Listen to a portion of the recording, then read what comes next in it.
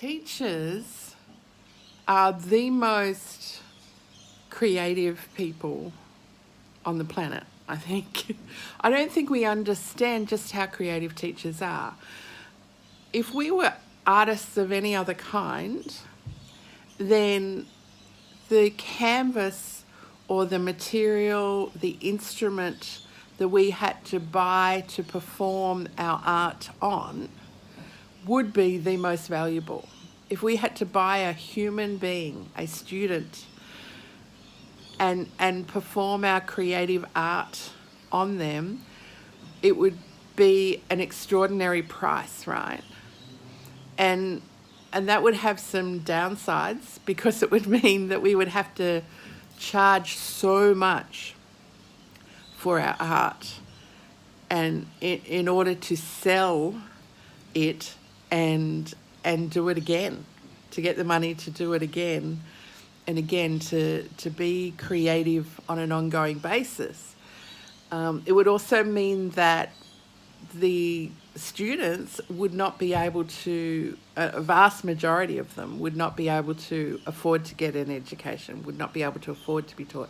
That would be a massive, massive downside. But an upside would be that we as teachers are valued, and our students are much more highly valued, because what we're doing, we're creating art, but it's not like a picture that you can go and hang on a wall and charge people to come and see, or an instrument that you can play and record and give a download to millions of people at one time. What we are doing is taking a human being and creating their future self, allowing them to become something that they would never become without our teaching. There's a lot of things in the Bible that are taught.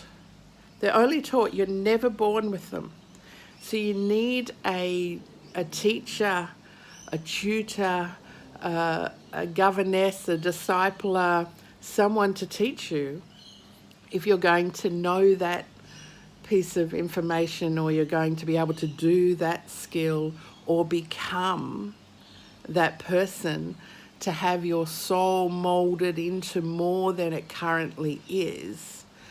And that value, that preciousness, should be more highly rewarded in our society.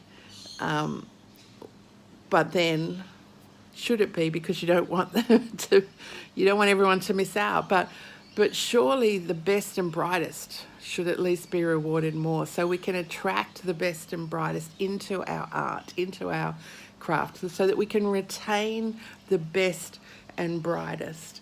And with the technologies that we have available today, so that we can scale, so that everyone has the opportunity to learn from the best and brightest teachers, so that everyone can become more than what they currently are now. And if you see yourself doing that, say you're a teacher of, I don't know, journal making. I'm thinking of my friend Steph Cara. She teaches journal making, and she does journal making. You're not just teaching journal making, you're teaching people to become something that they are not yet now. Or even if they're already doing it, you're teaching them to do that at a higher level. And that creating a future self that does not exist now, creating future humans that do not exist and do not contribute to our society at the level they could, is just such a big deal.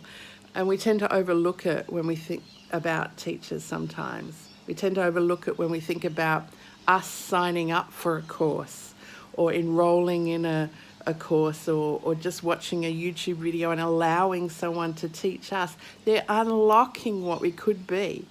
When we ask kids, what do you want to be when you grow up?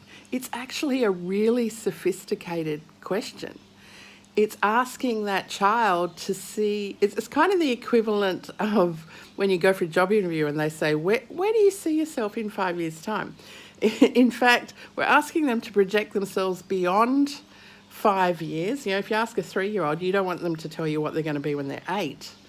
We're asking them to see, 10 and 20 years into the future, and imagine themselves in a productive capacity, a functioning role, contributing to society. And all of those kids can give you an answer.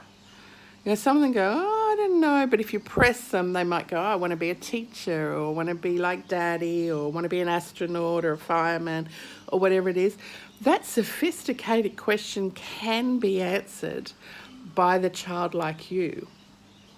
And if we tap into that, when we are teaching others, we're unlocking what that future self could be for them. And if we unlock it for ourselves, say, what kind of teacher do I want to be in 5 and 10 and 20 years' time?